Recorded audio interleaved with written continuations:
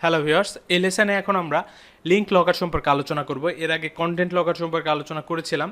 Link locker মূলত আরও simple ব্যাপার, চলুন দেখা যাক। দেখুন, এটা হচ্ছে অ্যাডওয়ার্ক মিডিয়া। তো এখান থেকে আমরা যদি লিঙ্ক লকারে ক্লিক করি,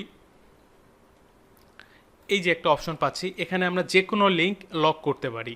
আর এই লিঙ্ক লকারগুলো কিভাবে কাজ করে, ফর এক্সাম্পল, এটা আমাদের কোনো সফটওয়্যার রিলেটেড ওয়েবসাইট। এখানে মানুষজন ভিজিট করে বিভিন্ন সফটওয়্যার, গেমস বা কোনো টুলস ডাউনলোড করার জন্য, কোনো অ্যাপস ডাউনলোড করার জন্য, যে কোনো কিছু হতে পারে। তো আমি এখন চাচ্ছি আমার ওয়েবসাইটে যে সফটওয়্যারগুলো আমি ফ্রিতে এতদিন দিয়েছিলাম, সেই সফটওয়্যারগুলো লক করে রাখবো। মানুষ যখন এগুলো ডাউনলোড করতে যাবে, ফার্স্টেই তাকে একটা সার্ভে কমপ্লিট করতে হবে, এরপরে সে ডাউনলোড করতে পারবে। আমরা হয়তো এই জিনিসগুলো অনেক ওয়েবসাইটে দেখি, বিশেষ করে মুভির ক্ষেত্রে। বিভিন্ন মুভি ডাউনলোডিং ওয়েবসাইটগুলোতে যখন কোনো মুভি ডাউনলোড করতে যাই, ডাউনলোডে ক্লিক করা মাত্র একটা সার্ভে চলে আসে। দেন সার্ভেটা কমপ্লিট না করা পর্যন্ত ওই মুভি আর ডাউনলোড করা যায় না। তো এইটা মূলত এই লিঙ্ক লকারের মাধ্যমে সেট করা হয়ে থাকে। তো আমরা যদি এখন এটা করতে চাই, কীভাবে করতে পারি? আচ্ছা, অলরেডি আমরা ওপেন করেছি। ফর এক্সাম্পল, এই লিঙ্কটাই আমি লক করতে চাচ্ছি।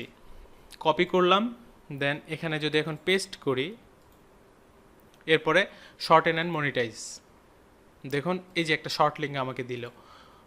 এই লিঙ্কটা আমি এখন যেখানে শেয়ার করব বা কোথাও যদি সেট করে রাখি, ধরে নিই আমরা যে এটাই একটা সফটওয়্যার ডাউনলোড লিঙ্ক।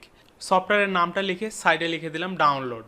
দেন ওই ডাউনলোড বাটনের সাথে এই শর্ট লিঙ্কটা অ্যাড করে দিলাম। মানুষ যখন ওইটা ডাউনলোড করতে যাবে, তখন একটা সার্ভে আসবে এবং সার্ভেটা কমপ্লিট করার পরেই সে ওই সফটওয়্যারটা ডাউনলোড করতে পারবে এবং এর বিনিময়ে আমি একটা রেভিনিউ পাবো। এটাই হচ্ছে মূলত ব্যাপার। তো আমরা যদি এই লিঙ্কটা ভিজিট করে দেখি, দেখুন, আমরা মূলত লক করেছিলাম এই আর্টিকেল লিঙ্ক। শর্ট করার পরে এই লিঙ্ক যখন ভিজিট করলাম, একটা সার্ভে চলে আসলো। এখন এই সার্ভে যতক্ষণ পর্যন্ত না আমি কমপ্লিট করব, আমাকে এই পেজে নিয়ে যাবে না। এই সার্ভে কমপ্লিট করার পরেই আমি এই পেজে যেতে পারবো। আশা করি বিষয়গুলো বোঝাতে পেরেছি। সবাই ভালো থাকবেন। ধন্যবাদ সবাইকে।